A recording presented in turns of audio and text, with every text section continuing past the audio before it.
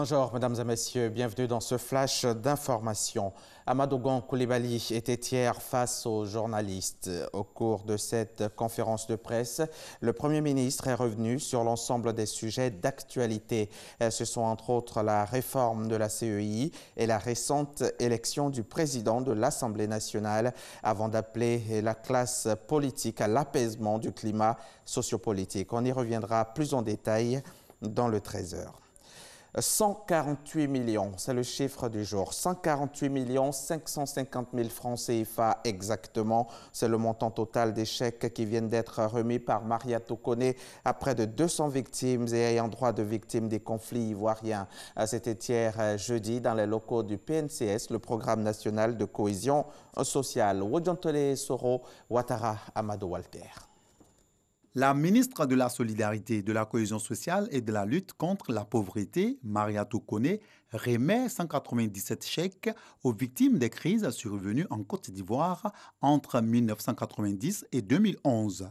Ces bénéficiaires sont des personnes touchées par ces conflits ou des victimes qui ont un lien direct avec les personnes décédées. Cette action s'inscrit dans le cadre du programme national de cohésion sociale instauré en 2012.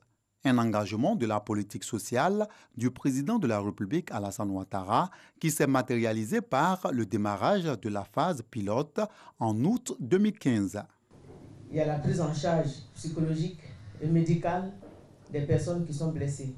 Pour les personnes qui sont blessées, vous vous rendez sous la supervision du ministère de la Santé, Dr Den ici représenté, des structures de santé, mais publiques d'abord, désigné par le ministère de la Santé, et puis sous la supervision donc, de ce ministère-là, si vous avez besoin d'examens biologiques, de radiographie, d'examens médicaux, en fait, tous les examens dont vous avez besoin sont réalisés gratuitement.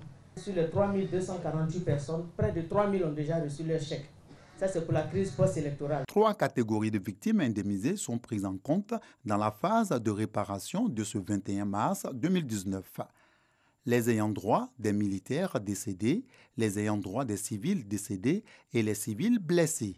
Ça s'est passé à Yopougon en mars 2011. La balle avait touché les os. On était obligé de quitter la ville par la Koro. C'est à Koro ils ont fait l'opération. Aujourd'hui, ça va un peu en tout cas. Le montant d'indemnisation des 197 personnes victimes est de 148 550 000 francs CFA.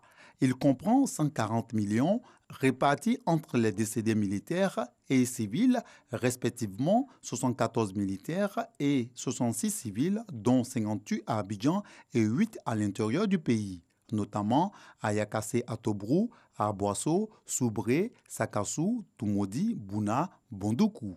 Pour la catégorie des blessés, une enveloppe totale de 8 550 000 francs CFA a été distribuée entre 57 blessés. La Journée mondiale de l'eau est une journée internationale instituée par l'Organisation des Nations Unies. Adoptée le 22 février 1993 par l'Assemblée générale des Nations Unies, elle se célèbre le 22 mars de chaque année avec des thèmes différents. L'ONU et ses États membres consacrent cette journée à la mise en œuvre des recommandations des Nations Unies, notamment sur les économies d'eau et l'amélioration des conditions d'accès à l'eau potable, qui est reconnue comme un droit fondamental à l'ONU. La première enquête sur la prévalence du diabète en Côte d'Ivoire a eu lieu il y a 40 ans. Elle affichait un taux de 5,7%. Aujourd'hui, selon la récente enquête du Programme national de lutte contre les maladies métaboliques, le taux est de 6,2%. Quant à l'hypertension, le taux s'élève à 39,92%. Tous ces résultats permettront de mettre en place des stratégies de lutte contre ces maladies. Salima Toudia était à la restitution des résultats de l'enquête. Elle nous en parlera à 13h. Restez donc en place.